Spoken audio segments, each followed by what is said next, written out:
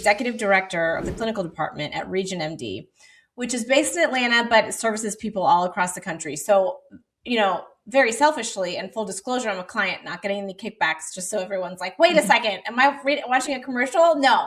So I'm not going to also ask you like awful political questions. I'm just going to throw it all out there. I'll give you my whole life story. Yeah.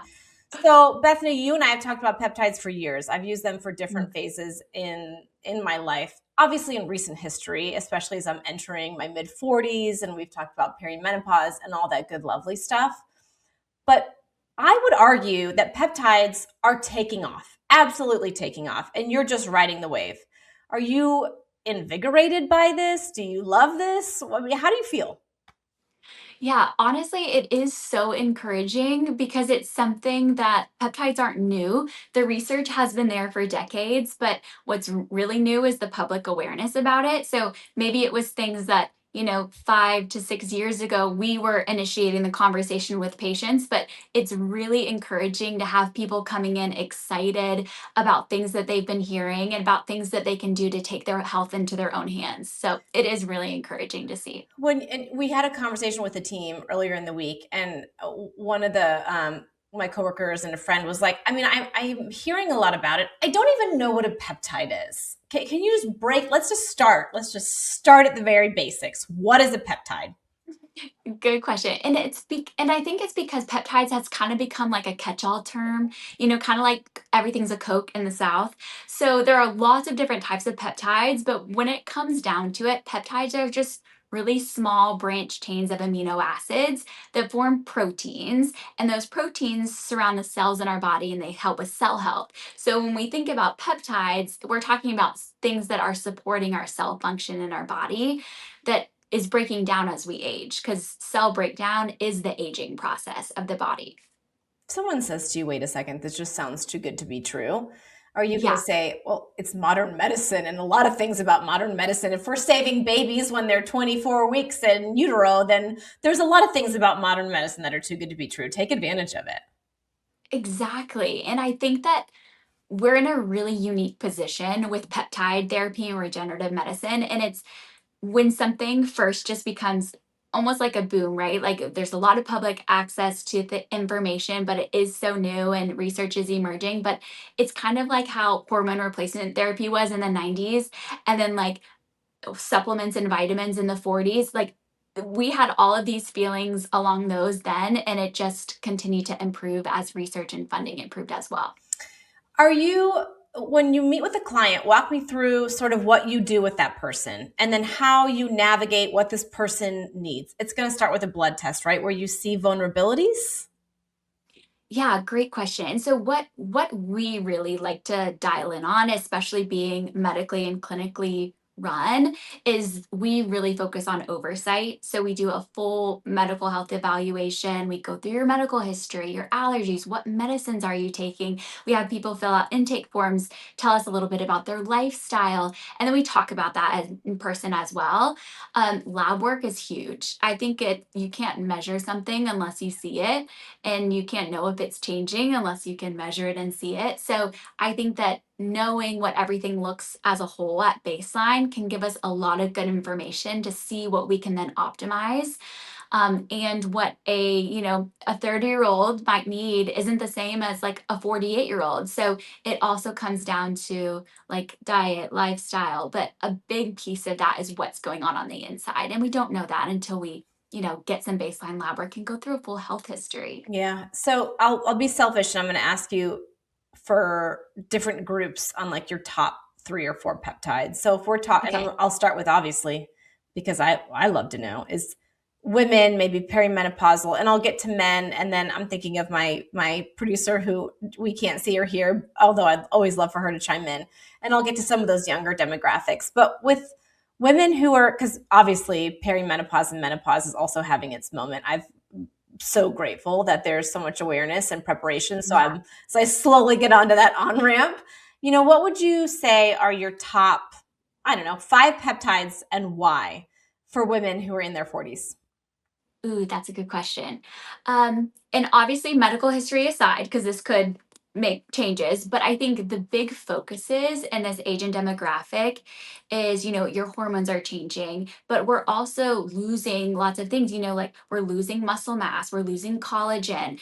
We need to really support our bone density. So, I mean, for these women, we're going to use things that we focus on building lean muscle mass, helping with sleep. Like sleep is a huge factor in this demographic. So, samorelin and ipamorelin, those are amazing peptides that are going to help focus on retaining good, healthy, lean muscle mass. And then the anti aging peptides to help with collagen and skin production, like the GHKCU, as well as epithalon, because we lose collagen rapidly year after year. That's going to be huge along with hormone balancing. I always think NAD is a win, and it's mainly because your body can function better on full charge rather than it can on low power. So really focusing on that mitochondrial and cell health is going to be key, like from immune function to anti-aging to even brain fog. So I think those would probably be my top recommendations. And I was thinking to myself at the same time with men, you'd probably want to cross over NAD, but is it my imagination that my husband is not losing collagen as fast as I am? It's my imagination. Like I feel like I look at my skin, like the texture is Yeah. changing on my skin.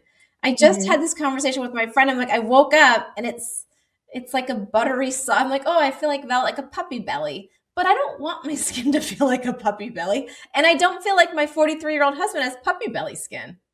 Yeah, that is so funny. I'm gonna have to start referring to it as puppy belly skin because I guarantee you say that and people will be like, that's exactly what it is. Um, And I love but puppies. I know. I just like just rub their little bellies. Yeah. But yes, no, it is not only in your head, and that's really what comes down to hormone changes. Fluctuations in estrogen and progesterone can really cause significant decreases in collagen and elastin, and that's really where that's coming from. So in that male same age range, we don't necessarily need to focus as much on collagen production. I mean, it's definitely there if we want to and can, but from a male perspective, we're also focusing on that longevity piece as well as body composition, but doing it from a little bit different of a capacity than with samorelin. Something like CJC 1295 and ipamorelin can really help with their even just performance, motivation, helping with sleep quality, brain fog, mood changes in that demographic of males is huge. And that natural little bit of mood regulation, along with one of my other favorites is Selenkin Samax, is huge because it helps prevent like mental decline and helps support cognition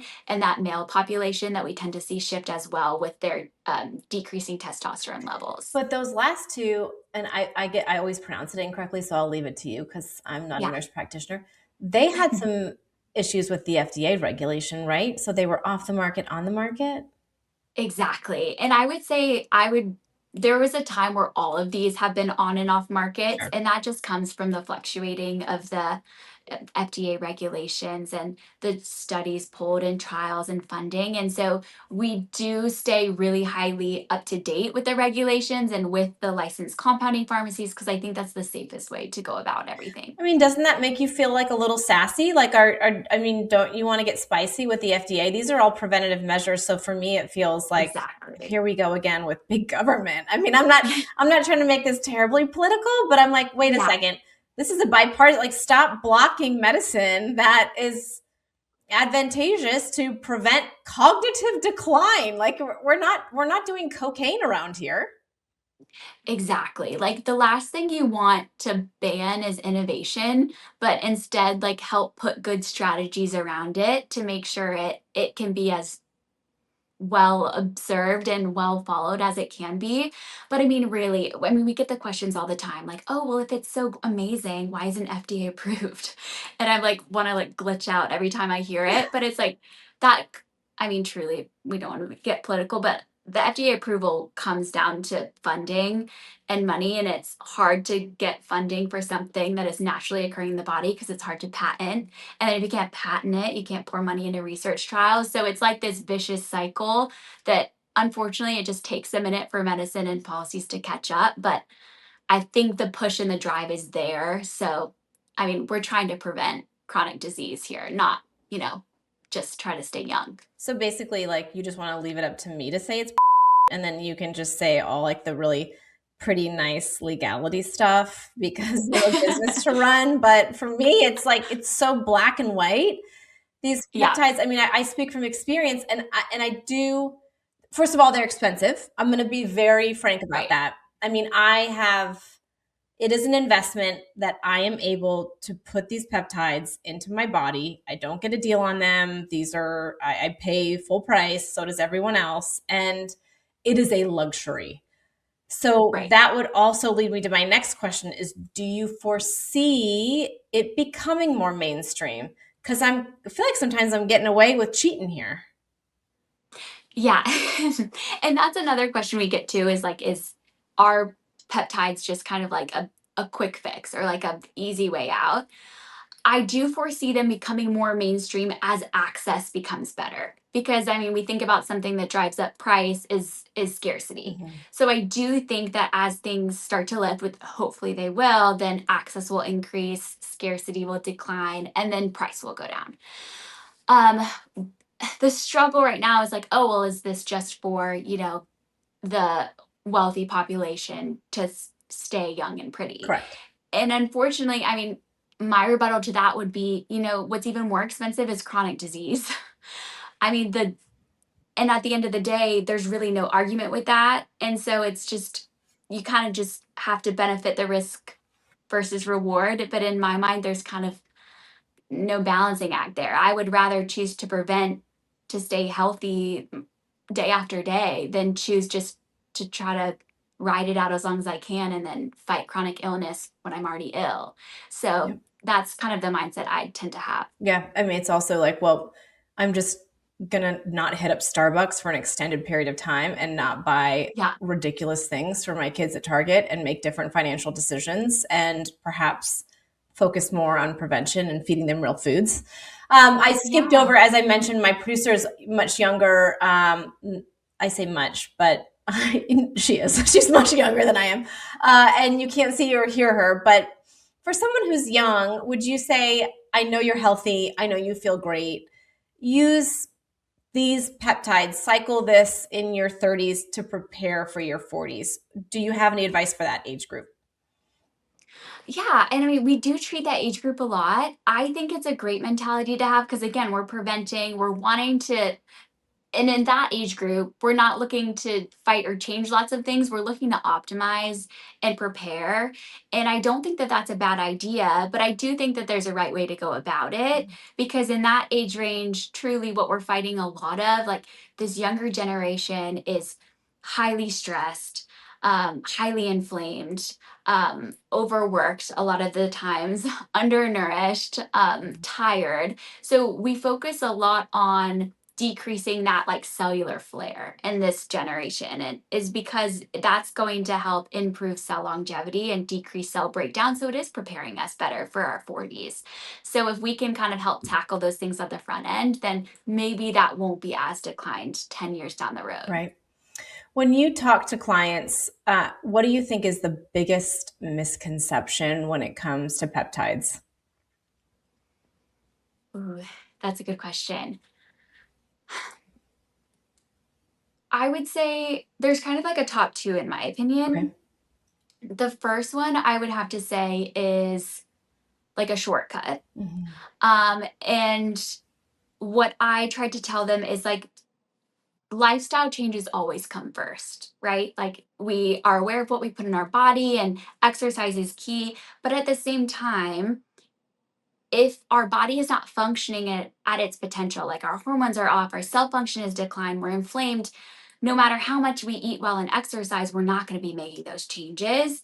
And that can be extremely defeating and frustrating. And it's kind of like just telling you to turn your thermostat up at home, but it's broken. Like I can turn it up all I want, but if it's not pumping heat, like my house isn't going to warm up. So I think that that's the biggest misconception that people come in and say is like, oh, well, it's like peptide therapy. Well, that's just cheating. It's not. It's optimizing function that's declined, and it's declined for a reason. So I think that that's probably the major misconception that we see. Oh, I love that. Well, Yeah. that actually you segued perfectly. And you and I talked about this. There's big headlines about our flip pyramid, and we're seeing that from Health and Human Services Secretary RFK Jr. And I shared this on social media. My middle son, who is at the very ripe age of 8 years old, was having some real gut issues. And we took him to the doctor, and he had really high cholesterol. And we, like I said, we have backyard chickens. I make my own sourdough. I make my kids' lunches. In theory, I'm doing not all, but some of the right things. And I looked at my husband. I said, well, we got to cut back on the red meat. And the pediatrician laughed at me. And she said, I would assume that he's your carb eater and that he's the one that comes home and eats all the crackers and the chips. And I always really just kind of skimmed by it, thinking like, oh, what's a Ritz cracker going to hurt? And it turned out he was just being inundated with wheat products that obviously were probably dripping in glyphosate and all the things that are making us sick and inflamed. And so when I saw the flipped pyramid, I thought to myself, oh my goodness, I made an ass of myself at the pediatrician's office. I'm a fairly educated woman and have a degree. I've been practicing my craft for 20 years. And I was so used to the pyramid in my brain, to see it flipped, I thought to myself, well, that makes sense. Yeah. It's so encouraging to see it flipped ultimately, because it's something that hasn't made sense for a while. And I mean, that pyramid, old or new, they're made for populations, not necessarily individuals. But what we were seeing was that when the pyramid was staying the same, but our food economics was changing, where the bigger piece of the pyramid was carb heavy, but now all of our carbs are turning into ultra processed carbs, not like simple grains or things like that. And then it almost like fear mongered people into staying away from healthy fats, that it kind of drove it the opposite way. So I think this flip is exactly the visualization that people need to have, and kind of take this fear away from things that are really good for us. Because unfortunately, just the types of food that are highly accessible have significantly changed since those pyramids were made. So I think it makes sense to flip it. Yeah, and the reason I asked that question is because you talked about lifestyle changes. So Yeah. to wrap it up, I've put a lot of pressure on you on like which peptides we should take and how they're giving us life in so many ways. But the reason why I wanted to end on food is because we are having the conversation, and food is having a moment right alongside of peptides. So do you really have to drive that home too when you speak with clients, when you talk about the fact that you do have to do the work?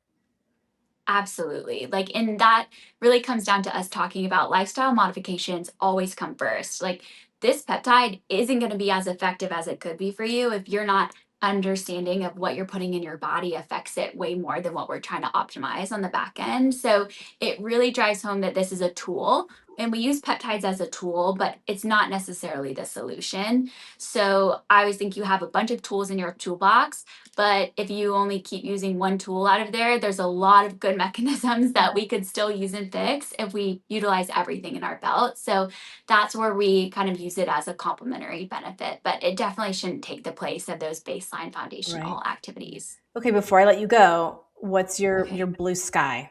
Where do you see are peptides going to be in 10 to 15 years something that is as easy as hormone replacement therapy for people who are going through the changes when they become older in life?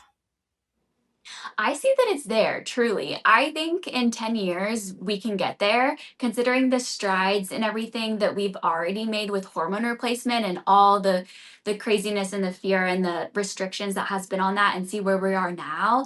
I think that this can get there even faster, truly. Okay. Well, like I said, you are now our resident PA, so we had you on call. Unfortunately, we have your contact information, so you can't go anywhere. So we'll certain that we'll have you back. But Bethany, you've been a blessing. Thank you for joining us. Oh, absolutely. So happy to be here. Thanks for everything. And hit me with any questions you have in the future.